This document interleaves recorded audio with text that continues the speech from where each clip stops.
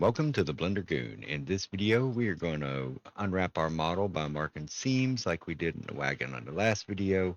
We're going to get some images to texture our object with this time, and we'll get it uploaded in the second life.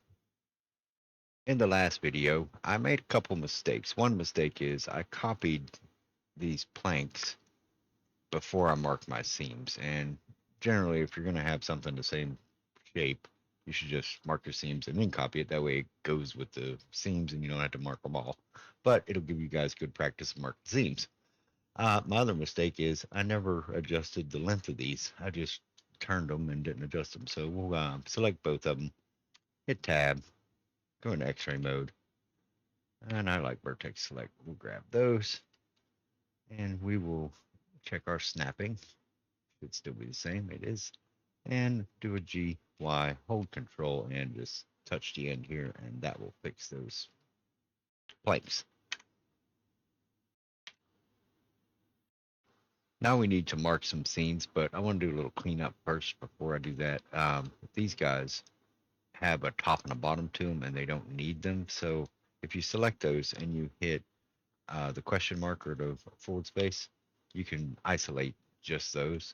And we'll hit tab, go into face select mode with 3, select the top and the bottom, and we're just going to delete those faces. And while we're here, we'll go back into edge select mode.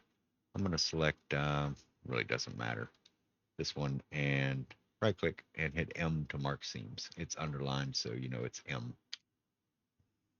Once you have those marked, you can go ahead and hit your forward slash again or the question mark, and it'll bring all your stuff back. Now we can go back into object mode with tab and go ahead and start unwrapping or marking seams on the rest of our planks here. So I'm going to select the first one here, hit tab, and I'm going to mark all 4 corners of it. And you're basically going to follow this process, one of these planks.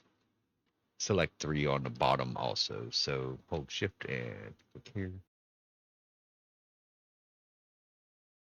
And right click mark seams. And that will take care of that one. And then we can go ahead and continue that on the rest of them. So all 4 corners.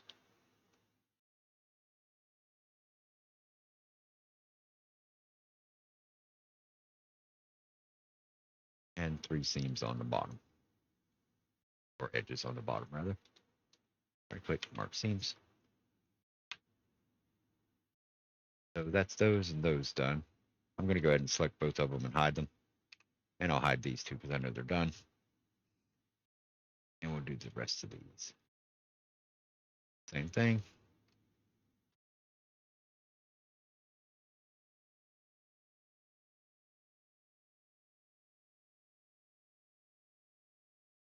Right click mark seams. Hide them. I just like hiding stuff because then I know it's done.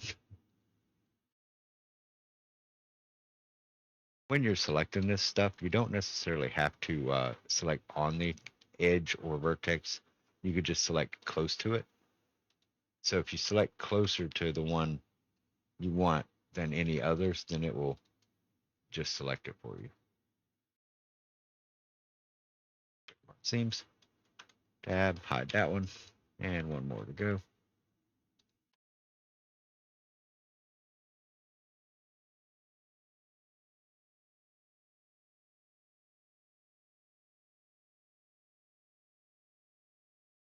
Right click and mark seams.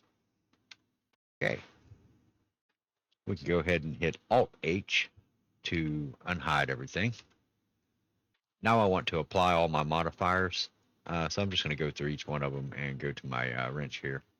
And if you have the apply all, you can hit that, or you can hit the drop down and just apply each one individually. I'm going to hide them as I do it because I like to hide stuff as I go along. That way I know I got everything. Those guys.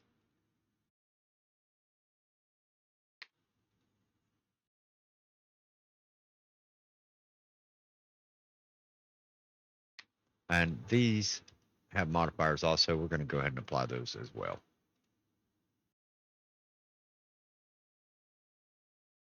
Those and these. We don't need to mark seams on them because they're a simple plane. So since they're just a plane, we don't have to worry about it. All right, Alt H to unhide everything. Next, I want to go ahead and apply all my transforms because I guarantee if we hit the N key and look under item that our scale is just bad. It needs to be 1 um, before you actually unwrap this stuff. So we're just going to select everything, do a Control A, and all transforms, and that should reset everything. And you can click a couple of them, double check, make sure they're 1, all the rotations are cleared and everything. And this guy is good to go. Now we can select everything, shift select one of them to make it active, hit tab, A, U, and then we can do anything. Angle base is probably better because it is all squares. So we'll do angle base and go to UV editing and take a look at what it made. Control space and you can full screen this. So control space. And that looks okay. I'm not happy with the size of our nails, so we might do something with that. Put them up here and scale them up or something. And I think that's what we will do. This stuff doesn't have enough spacing in between each island, so we're going to unwrap it again. So control space to get out of here. And over here, we will just, over on the right side, we'll hit U, and we'll do an angle-based unwrap one more time.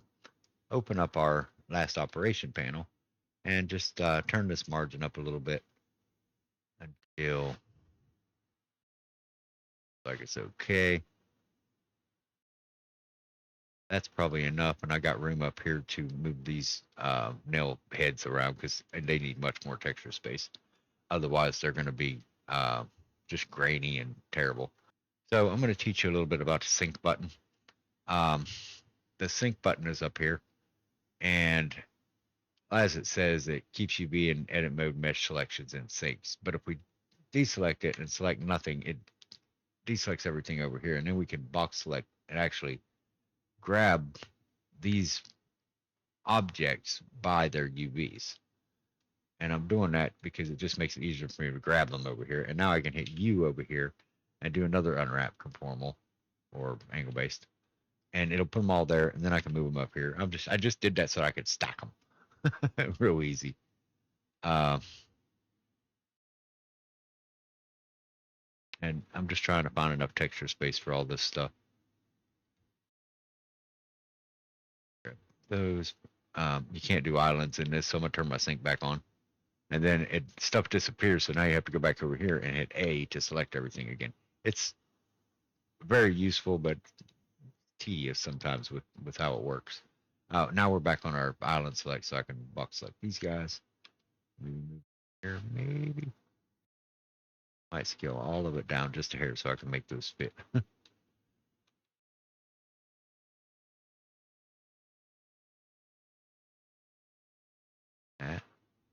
All right, I'm scaled that down just a hair. It's not the best use of texture space, but it'll do. So now we need some royalty-free images to use as textures for our palette here. So I went to pixels.com and dug in here for some wood textures. And you can choose whichever one you like. I think I kind of like this one or this one. This one looks really good. And if you just click download, it'll download it, and you just hit this X up here, and it puts it in your download files. Then we can go back to Blender and go into the shading tab and click new. Um, that probably put it on the selected one, so you want to select one before you click add new. Select a green node, hit Control T as in Thomas, and it'll open this. Then we can click this open button here and go to our downloads, grab our text, double click our texture, and it puts it on there for us. I am just going to use the same texture for all of our wood. So I'm going to hit Control S and save this real quick because my autosave thing there's crazy. If you select all the planks and the squares here and then select the one that's textured last, you can hit Control L and do a link materials, and that will texture the whole thing. Now the materials are all turned the wrong way, and the reason they're turned, oh, we missed one, so we can select that one and then shift select one of this textured, Control L, and link again. And I think I got them all. Yeah, I got them all that time. Like I said, the texture's rotated the wrong way. You can change it here in the mapping under the rotation, but I like to just change it on the UV. So I'm going to select everything and go into UV editing. And now it shows you a representation of the texture on there. And I'm just going to kill it because we don't need it in here, but you can see which way the grain's running and which way our planks are running. So I'm going to kill that.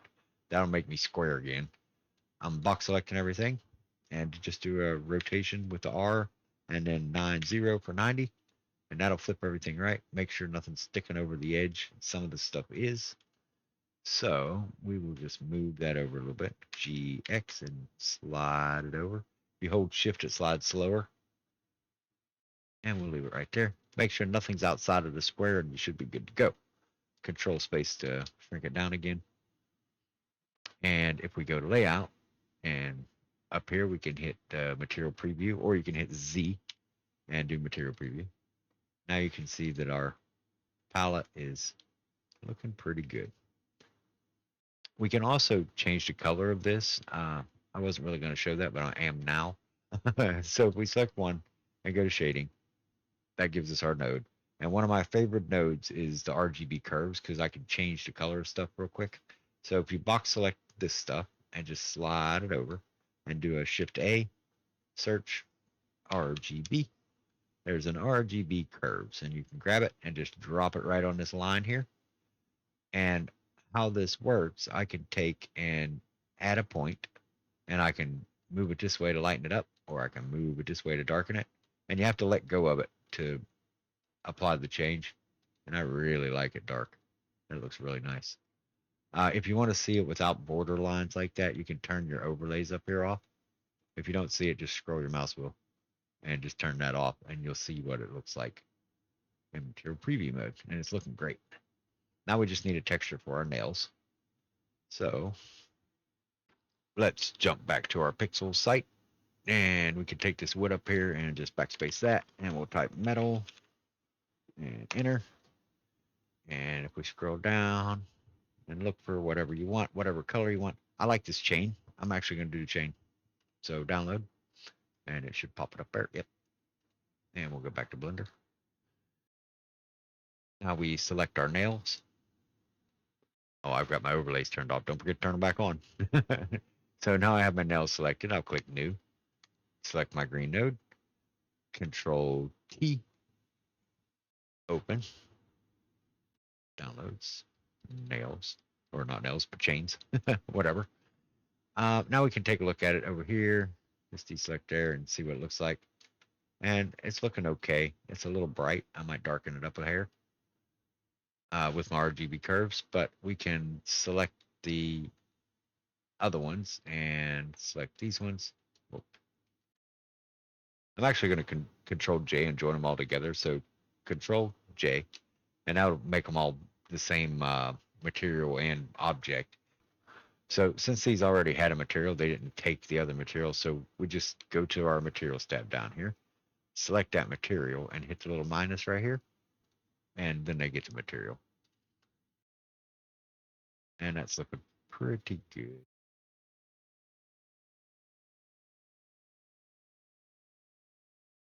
There's not much I can do about what they look like other than perhaps going to the materials shading tab and going to the scale, and we can turn the scale up, kind of give some different stuff. And I mean, they've got all kind of weird stuff going on because it is chains. That's a little too close because now I see the chain, so I'm gonna back that off. Back to shading.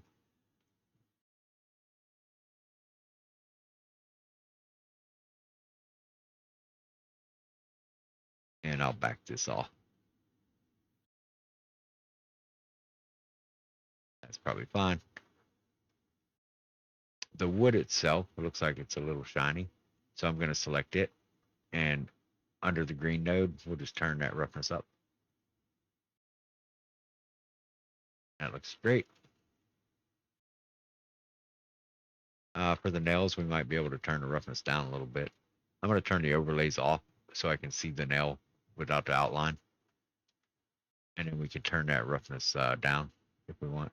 And it'll make it a little more shiny or not.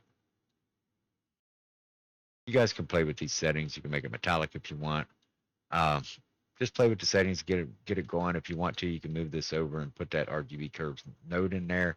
And you don't have to use that chain. Use whatever text you want. Make it your own. Since this video is starting to get long, I'm going to skip the PBR baking and show you guys that now that it's unwrapped and everything, we can take those downloaded textures and just put them in Second Life, drop them on the object, and they'll just work. So no baking at all. Um, but if you guys want to do the PBR baking, you can do it just like you did the last video and it'll work. So what we're going to do is jump into layout. We're going to box select everything and hit Control J. And these two materials will be two different places in Second Life. So when we get in Second Life, we just upload both our textures, drop one on the nails, drop the other on the wood, and we're done. Let's just check the size of it by hitting N. It's a 10-meter pallet, so we're going to scale that down to 1 meter. That ought to do. Lost it. Period on number pad to find it. Control A and apply all your transforms. And we can go ahead and export this. So File, Export, Collada. I'll throw it on the desktop for now. Operator presets is going to be SL OpenSim static. You can uncheck the copy if you want to. For the textures, it's probably still going to copy them anyway. Name it what you want. Pallet DAE is fine for me. And export. Then we can pop over to the Second Life. Go to Build. Upload. Mesh model. Find it. It's the Pallet DAE. There it is. Looking great. I'm going to turn the lowest model to 0. Check the medium. It looks fine. Check the low. The low looks terrible. I'm actually going to turn it up until I get a outletting back. That looks fine. And then go to physics. Choose one. We'll do cube. Up here, you can name it pallet. It's named cylinder right now because I guess the nails were selected last. Pallet. And calculate weight speeds. And upload. You drop it on the ground here. And it comes in looking like that. I'm going to right click on it, edit it, go to my texture, go to blend Phong, and get rid of the tint off of it. Just make it full white. And then we can upload our textures. Upload image. Do bulk, it'll work better. Let's upload bulk. Did I put them on there? It did. There's one. Where's the wood? All right, go downloads.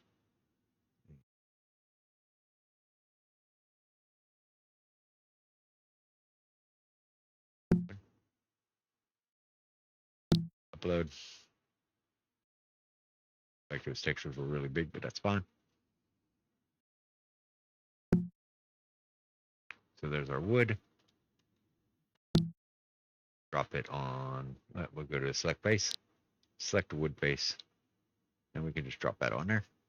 And then we don't have to select faces, but we can drop that on the nails. And there's our palette. All done up. And that's without baking anything at all. Looks great.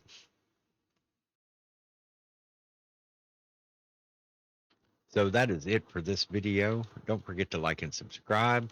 You can also join the Discord and the Patreon. And I will see you guys in the next videos where we are going to make pillows for this using cloth sim and turn this palette into like a chair.